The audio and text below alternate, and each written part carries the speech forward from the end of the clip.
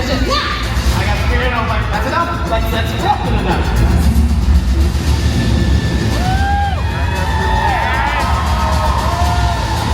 The joy. I mean, Universal is all about experiencing the movies. Now you get to experience the horror. Universal Halloween Horror Nights.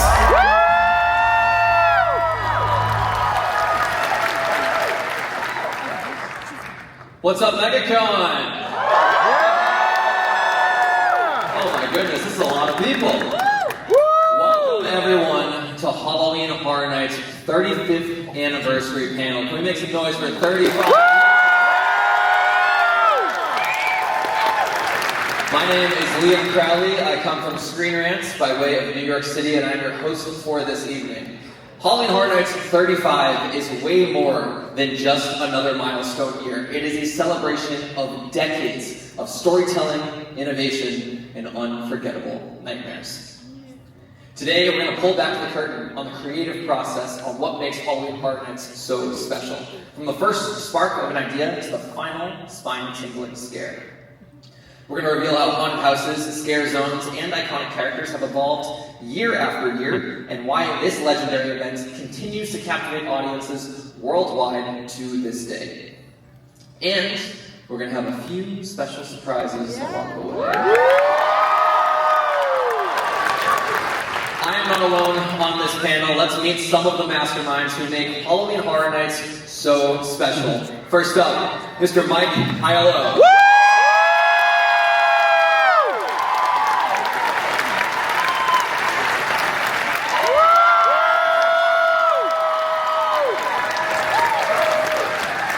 Next, the one and only Miss Laura Sauls.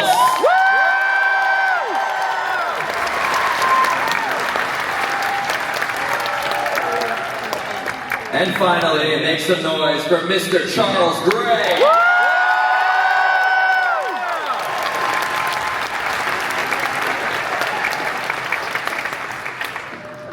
Oh my gosh! We filled the room almost! I can't believe it! This is a packed house, guys. It's amazing! I think Halloween Horror Nights 35 is going to be pretty special. Oh God, who knows? Before we get into the deep dive, I want to know from all of you guys, if you could introduce yourself to our lovely crowd here. What is your role with Halloween Horror Nights? Mike, we'll start with you. We'll go down the road. Sure. Hi everybody, my name is Mike Oddfellow, and I have the distinct honor of leading the charge on not only Halloween Horror Nights and our wonderful creative team, but all new product that goes into our Universal Orlando Resort from an entertainment standpoint. I just celebrated my 30th anniversary with the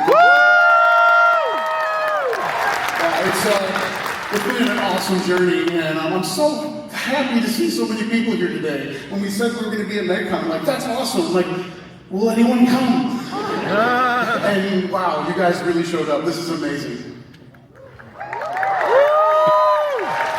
It's 10:30 a.m. by the way. Everyone here, Saturday morning. This is unbelievable. Thank you guys so much for coming. Yeah, this crowd is not an early crowd. Like, we're all night owls. We're 2 a.m.ers, right? We're 2 a.m.ers.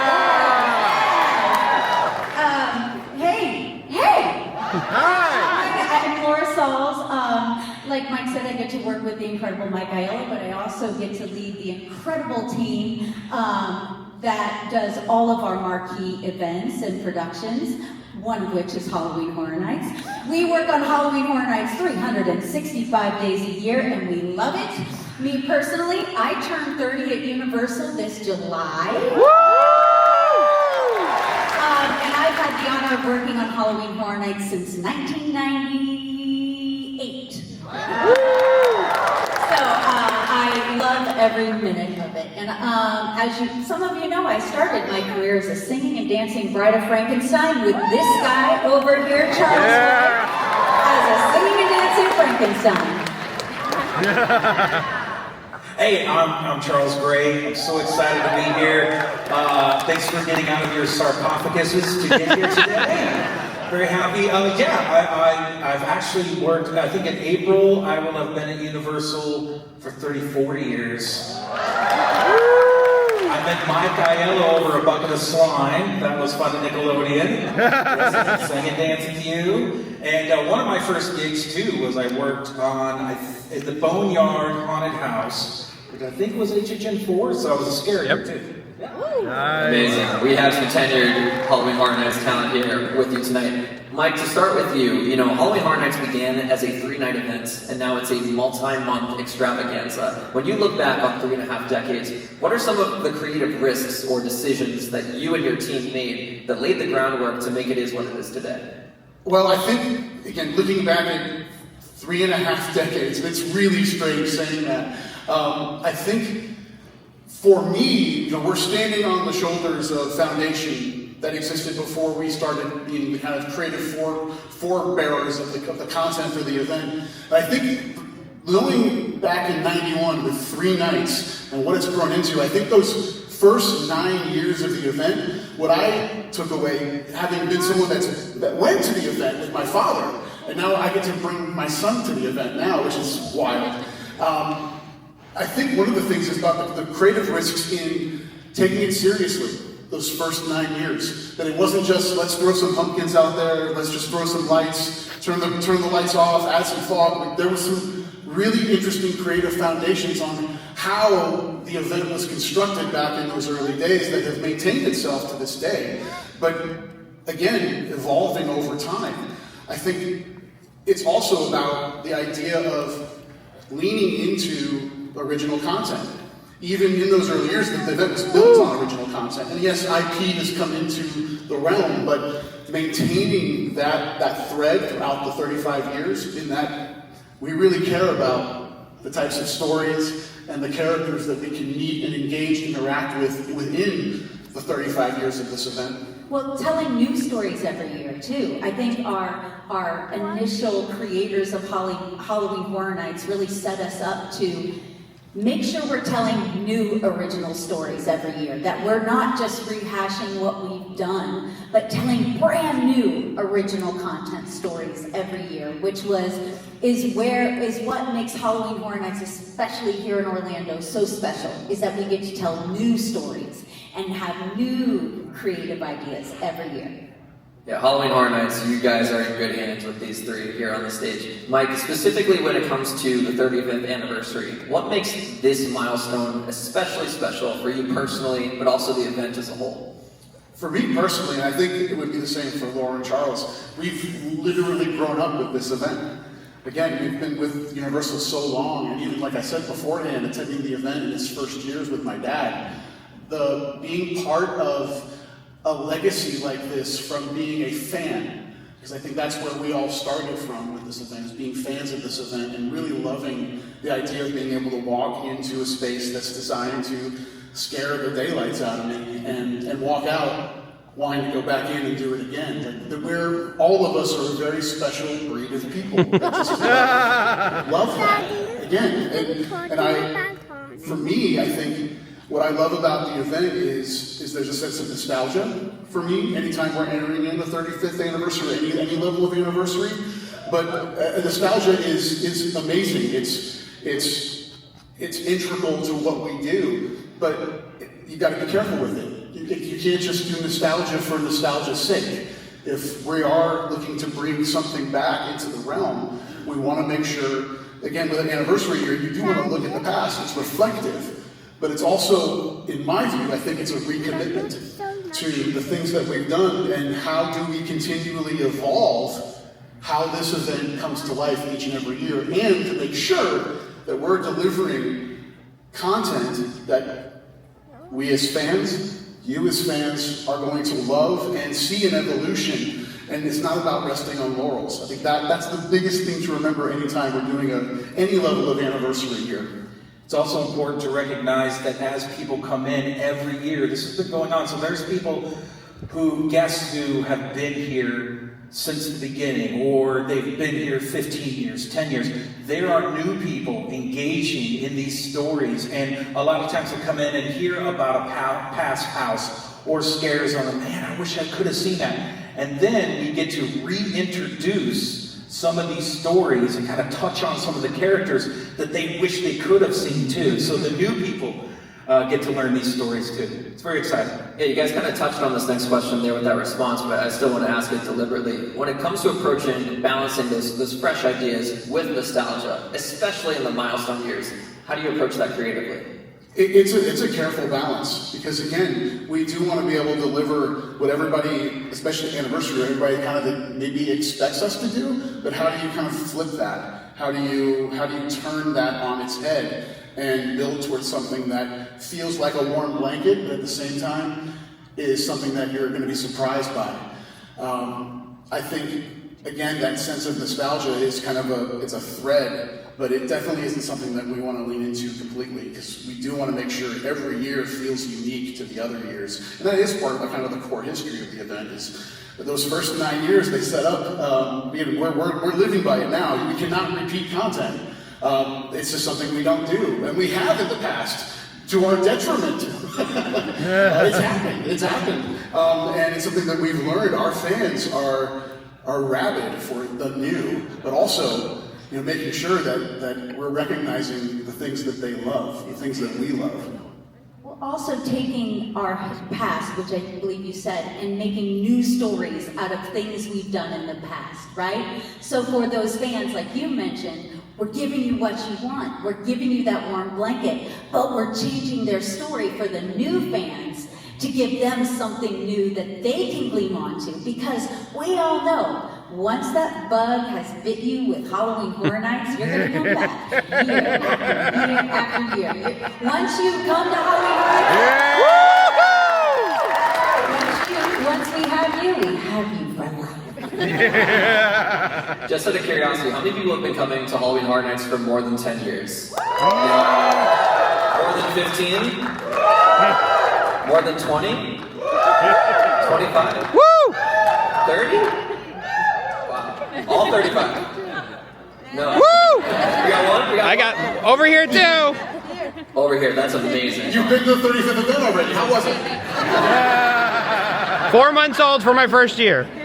Laura, you touched on this, and Mike, I want to toss this one to you. The storytelling specifically within Halloween Horror Nights, it's not just an attraction. Like, you guys are crafting stories with these characters, with the attractions, with the haunted houses. Can you talk to me about the evolution of your creative identity as a storyteller when it comes to Halloween Horror Nights? Yeah, like Mike said, for the last, for 34 years, and 35 now, we have been crafting stories, and I think Mike mentioned this too. For the first 9 years, a lot of our key art was based in just an identity that would strike horror in your heart when you saw it.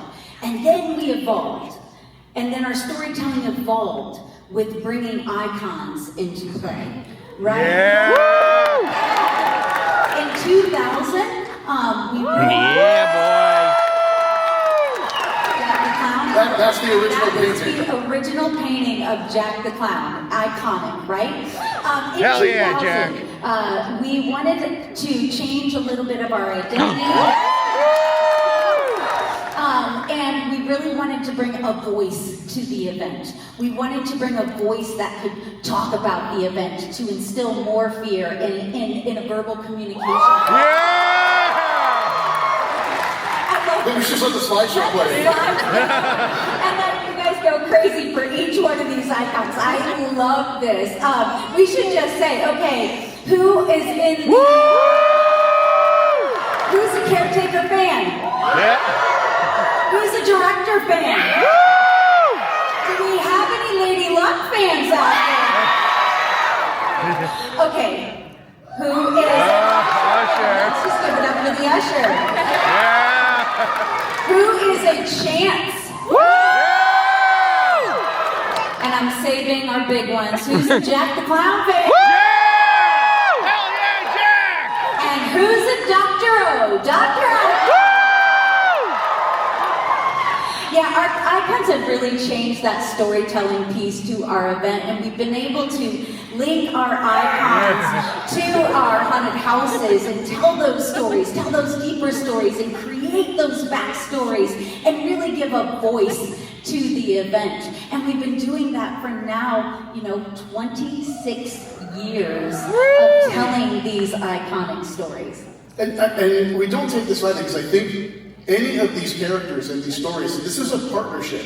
This is a 50-50 partnership between those of us who have the ability to create and those that want to know more and buy in. And that's all of you. Like these characters would not live and breathe if you all didn't love them and want them. Like that's the other amazing thing. This is ours. These characters are ours. And that is, I think, the really cool relationship that the event has with the fans of the event, is that these really do speak to the identity, not only of the characters themselves, but of the memories of experiencing the events these characters were a part of, with your family, with your friends, with those that you love the things that go bump in the night. I love that we create, and we've said this as a team, we create iconic characters. You all make them icons. Laura, I feel like you answered all of my next questions. Big one, but still, we got to talk about icons. People want to hear more about icons. If you could take me back to the origin, Laura, what inspired the creation of these icons? Again, we wanted to bring a voice to the event, but we also wanted to bring a synergy to the event that it never really had before. I think, the first time we created Jack, we didn't know what we had in that iconic character. Like, it was a survey. It was, yes. It was literally a survey. Seeing what you guys, we all know people are scared of clowns, and so we knew if we created this creepy clown, everyone would love him, but we didn't know how much you would love him, right? You elevated Jack to the next level. I think one of my most fond memories of an icon is the caretaker. When we went to Islands of Adventure, yes.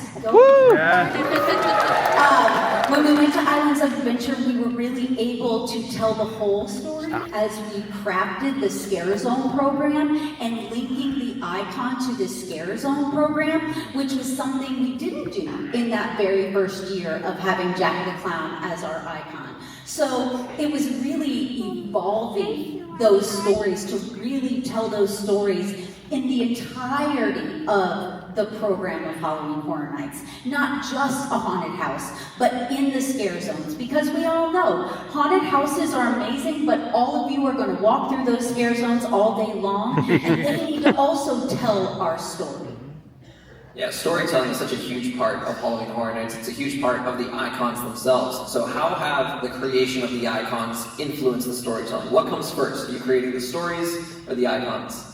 It's gone both ways, right? It's really gone both ways. Sometimes there's a really great idea for a haunted house that we have really early on that has spawned an overall story. I believe one of the best stories we can tell about that is last year. Our El Artista, a spin-off. We had the idea for that house very early on. Ramon Paradoa and Dylan Colwell, yes, give it up for them. They crafted this really cool story, and I know when we were talking it through with Mike, and he was like, okay, there's something here for the overall event, right? Those gothic tones and textures could really take place in this overall arching story. So it happens both ways. Sometimes there's an icon that can tell our story, like when we had Caretaker or the director. That really crafted what that overall was. But then sometimes it's a haunted house that really spawns that overall story. Yes, and I think for 35, it was the reverse, right? Yeah. It's about It's maybe about icons first. And maybe, It's the icons it's first. the icons first because, again, anniversary year, we love to bring back icons, right? Yeah. Those of you who've been with us long enough to know, we like to bring back an icon in an anniversary year. Yeah. You teed up my next question there perfectly, Laura. It's an anniversary year, it's a milestone year. Can we expect to see any icons at Halloween Horror Nights 35? I mean, do you want to see some icons? All right, Megacon. We today, this morning. It's still light for some of us. It is. 2 a.m.ers, yeah. Uh-oh, here we go. This morning, we are going to bring to you Halloween Horror Nights at Universal Orlando's 35th year, we will bring the Ringmasters of Fear. Oh, sweet.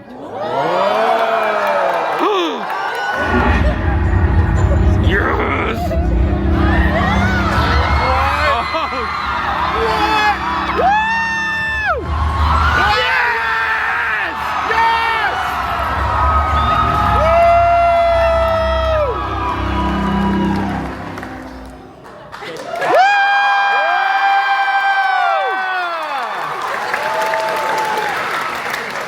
Something tells me this crowd is familiar with Jack and Oddfellow. Yeah!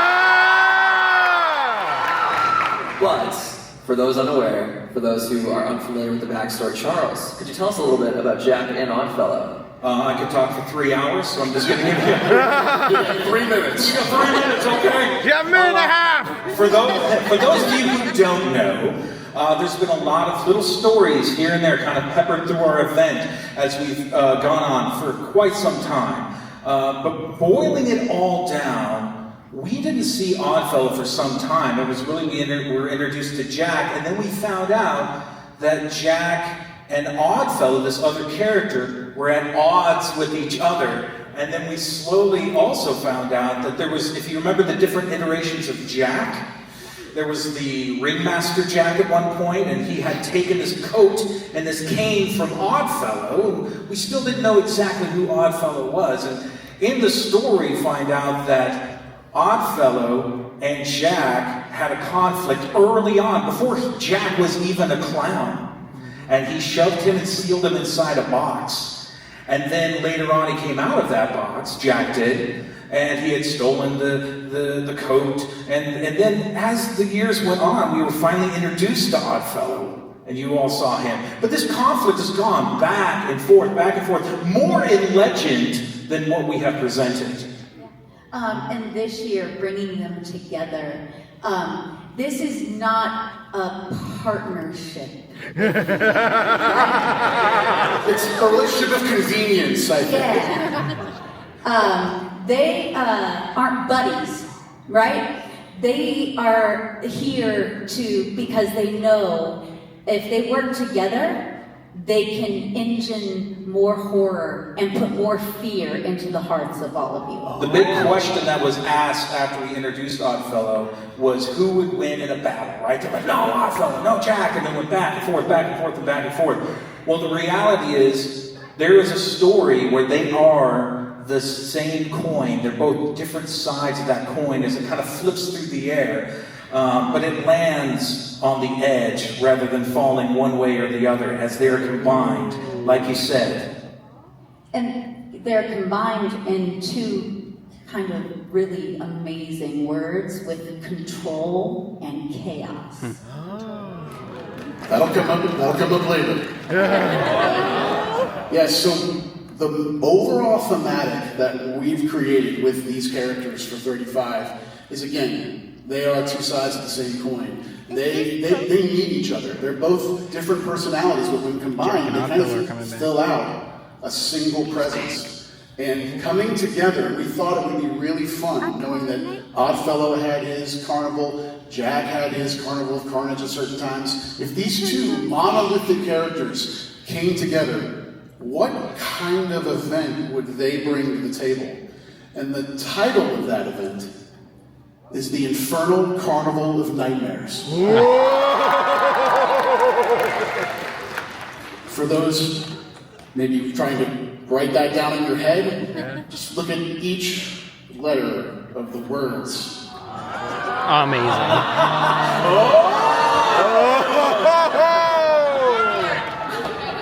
I feel like an audience member myself. I pieced that together in real time. That's great. So, and we can't go too deep. We want to so much, but we can't. The overall thematic is going to be taking you within the Infernal Carnival of Nightmares, and it's within that new vision between Jack and Oddfellow where all of our content is going to reside this year. So it is going to not only pay respect and evolve some of the legacy that Halloween Horror Nights has had over its 3.5 decades, but like any good Horror Nights event, we're going to present all new levels of horror that will invade all aspects of our park in a way that makes it the 35th anniversary. There's so much I want to say. I'm so holding back. I think there is one thing you can say right now. I think we can give them something right now. Guys, Yes! yeah. Let's talk. Sure, let's do it. So, our merchandise partners, Charles, do you want to talk about our... We already have a design that we wanted to share with you today. We're very excited about this. Let's take a look at it. Oh, man. I wish I could have that now. But you can. Say what? I know. At the end of our presentation, you will have a QR code. This is merchandise that you can get today. You can I know, we'll be repping these tees as we walk around Megacon today. Our merchandise team did such an amazing job bringing Oddfellow and Jack together in this infernal carnival of nightmares on this amazing merchandise. It's amazing. You guys are going to want to scan that QR code at the end of the presentation. Mike touched on it earlier. I want to go to Charles, though, to get your input on this. Oddfellow and Jack are not exactly friends, as you mentioned. There might be just a common denominator that brings them together. Could you kind of tease what gets them on the same page? All right. Again, I can talk 3 hours about this, but I think I have 3 more minutes. We're doing good. We're doing good? Okay, we're doing good. What we want to do is tell this story, and it all began with Jack Schmidt. He was a murderer, an evil, conniving murderer that snuck off to a circus, and it was Oddfellow Circus where he hid. You know what? Instead of verbally saying all this stuff, would you all like to just maybe walk through it a little bit? Yes! Yeah, let's go. We're going to introduce our first house of the year.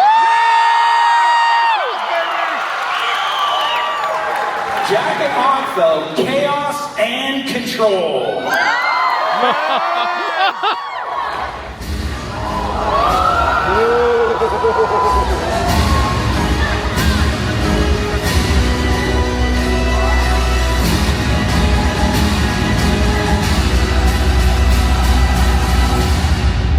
We are going to walk through the very beginnings through Oddfellow's voice. Okay, Mike, you gotta keep me honest here, because I'm just gonna and talk about it. Go for it. So, when you go through the haunted house, we are going to hear the narration of Oddfellow telling us the story, the origin story of Jack, from his perspective, as Jack goes through this carnival, on this killing spree. And of course, a lot of you know that history. It brought the police to that place, and then in desperation, Oddfellow had to seal him inside the box. Let's stop right there, because there's a new little twist, something that we've discovered. We all know that Oddfellow can go from place to place, right? He's a time traveler, go to different dimensions. He's taken over many different places, and we kind of coined the term for that, the Oddverse. And he has these different portals that he goes through. Well, the box was one of those portals. Oh, cool. And again, I don't think my words are enough. Let's show some artwork that we were working on here that kind of demonstrates the story as we go through. Jack gets sucked into the Oddverse, and Oddfellow goes into this dimensional world that he owns and tortures Jack. But Jack being Jack and being full of chaos, the battle begins because the pack kind of starts to understand the Oddverse and how to manipulate things. Okay. And as we go through the haunted house, we'll see this battle ensue, back and forth, one taking the power, the next step. Let's bring up the next one, because this shows when Jack takes over here. I love this Easter egg too. If you know, in 2000 we had a show called Jacked Up. That's the logo for that show. That's so cool. Easter eggs. In fact, I won't tell you where this takes place, because that's giving away too much, but it's a place a lot of you know in our history. And within this Oddverse, anything can happen. Characters can shift and change. Locations can be like an amalgamation of different things as we go through. So Jack takes over, Oddfellow's taken over, it goes back and forth. And one of my favorite things is as Oddfellow's telling the narration, Jack, in the way he does, takes over the narration. He's like, let me tell my story the way it goes, you know. So they go back and forth. So it's a little bit meta too as you go through. It's a lot of fun until the very end when they make that choice and you, the audience, are walking through these moments of this battle until they come together, chaos and control. Oh, cool. And they have decided to take the power and soak it up and become even more powerful as they turn their focus on us, the guests. And that final moment, the final scene, as you will see them taking over the park, taking over this world. And really, it is kind of the preface of you going back into the event and seeing how they've affected this entire world. Whoa. Yes! Love it! You can tell I'm a little bit of a fan myself. I'm like, and then. I did have a question about the storylines, but I feel like you touched on just about everything right there, and I don't want to reveal too much, but I'd love to get a teaser for if we can expect any evolution in Jack and Oddfellow's looks. We always analyze that, and it is a big debate, like, should we change them? Should we present them as they have been seen? And there's been different iterations of Jack, but because they've gained so much power, because they have truly morphed in that level, they become titans, you will see a little bit of a tweak and change to the way they look also. Something I wish I could change. Well, even in the house, like, Jack's getting messed up in this house. Oddfellow has a massive upper hand because it's his world. He's able to manipulate it. There's versions of Jack that have been designed that we've never even seen before. Yeah, in fact, we see him in his human form. Jack Schmidt, cool. before he becomes the Carnival. So we're going to see this human form, we're going to see him become that initial iteration that we all know and love, and then the way he's tortured, ripped apart, manipulated. This is a bit of a violent house too, I'm telling you. So there's a lot of conflict there. We're displaying the power that they both have. Did I do good on time? You're great. But the one thing we did kind of bring from last year into the creative thinking of 35 was, we've got an overall thematic. Is there a level of story that we can tell within one of the haunted houses? So between the house and the overall event, you're getting the full story of, you enter the event, they're already working together, but how did that happen? The house is going to tell you that story. So you're really getting a full circle approach of the inner workings of what the storyline is for Halloween Horror Nights 35. It's very, very cool, very fun. Dylan Colliff is the designer. Yeah, Dylan's the designer. You guys know Dylan, he's just amazing. And he's gone absolutely insane inside this house. It's wild, absolutely wild. I'm going to give one more little, that skull that you saw in that drawing, it's going to be in the house, and it's huge. You walk through, you are walking through the Cane of Souls skull as it's cracked. And you will go through the I gotta stop talking. Okay, you'll go through the you're going through the portal, you'll be in the Oddverse. Okay, I'm done. I'm gonna get in trouble. We got a couple months until August. We got a couple more months to wait for Halloween Horror Nights 35, but it sounds like it's going to be unlike any year of HHN in its history. Mike, you look like you have something to add. Well, I do want to say how thankful we are that everybody came to this today. We were really nervous about being 10:30 in the morning and we're not night people. And you guys really showed up. And your enthusiasm and excitement about the icons and the content, we literally thrive off of it. We said this in the past and it remains to this day. You all, and anyone that's not in this room that loves this event, are the very first thing that we think about when we're coming out of a year thinking about the next year. It's using the event that's happening to learn from it, to understand what people love, to understand where we can be better, and apply that knowledge into the next year as we're creating. And I can't stress it enough how integral you all are in our world as we're creating. It really is the best relationship. Everything that goes with that. We absolutely love it, and we see everything. I'm telling you, we see everything everyone writes. So we really take it to heart. But again, back on HHN 35, it really is a culmination moment. We're bringing together two of the biggest icons that we've been able to have a creative process on bringing them together for the very first time to present this Infernal Carnival of Nightmares. And we're so excited to bring them together because as we've learned about this process, a fear divided is a fear deluded.